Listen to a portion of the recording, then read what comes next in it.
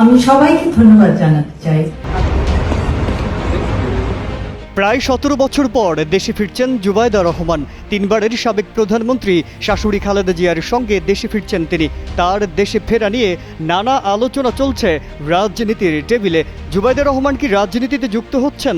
নেতৃত্বে আসবেন বিএনপির, নাকি ফিরবেন পুরনো চিকিৎসা পেশায়?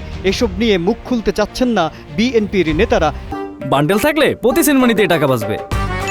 বিকাশ সেনমানি বান্ডেল কিনে জিতুন প্রতি লেনদেনে। শুধু হাফিজউদ্দিন আহমদ বললেন, রাজনীতিতে যোগ দিলে জুবাইদা রহমানকে স্বাগত জানাবে বিএনপি। বিশ্লেষকরা মনে করছেন, জুবাইদা রহমান রাজনীতিতে যুক্ত হলে আরও বাড়বে বিএনপির শক্তি। তারেক রহমানের আগে জুবাইদা রহমানের আগমন ঘিরে অনেকের মাঝে কৌতূহল দেখা দিয়েছে। এটি কি নিছক শাশুড়ি খালেদা জিয়ার সঙ্গী হওয়া, নাকি হাসপাতালে চিকিৎসাধীন মা সৈয়দা ইকবাল মান্দ বানুর পাশে থাকা? তবে বহু বছর ধরে তার বিএনপিতে সক্রিয় হওয়ার যে গুঞ্জন ছিল, তা নিয়ে সবচেয়ে বেশি আলোচনা হচ্ছে।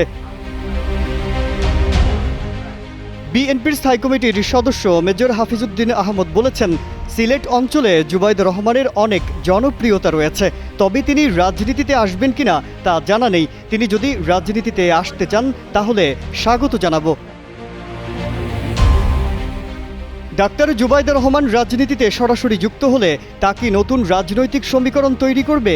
এমন প্রশ্নের জবাবে ঢাকা বিশ্ববিদ্যালয়ের রাষ্ট্রবিজ্ঞান বিভাগের অধ্যাপক সাব্বির আহমেদ বলেন, জুবাইদা রহমান দীর্ঘদিন রাজনৈতিক পরিবারের সঙ্গে ছিলেন, ফলে তার রাজনৈতিক পরিপক্কতা এসেছে ও রাজনীতি শিখেছেন। ফলে রাজনীতি করা তার জন্য কঠিন কিছু হবে না। তিনি আরও বলেন, জুবাইদা রহমান রাজনীতিতে আসলে বিএনপির জন্য ভালো হবে। কেন্দ্রীয় নেতার অভাবে এতদিন বিএনপির মধ্যে একটা নৈতিক শূন্যতা ছিল, সেটি তিনি অনেকাংশেই পূরণ করতে সক্ষম হবে বলে মনে করেন। এতে দলটির নৈতিক শক্তি ও জনপ্রিয়তা বাড়বে। ১৯৯৫ সালে বিসিএস স্বাস্থ্য ক্যাডারে প্রথম হয়েছিলেন জুবাইদা রহমান। জিয়া পরিবারের পুত্রবধূ হলেও জুবাইদা চিকিৎসা পেশায় ব্যস্ত জীবন কাটিয়েছেন। রাজনীতিতে না জড়ালেও তারেক রহমান সহ অন্যদের সঙ্গে দুর্নীতি মামলার শিকার হয়েছেন। এক পর্যায়ে অসুস্থ স্বামীর পাশে থাকতে লন্ডনে চলে যান তিনি।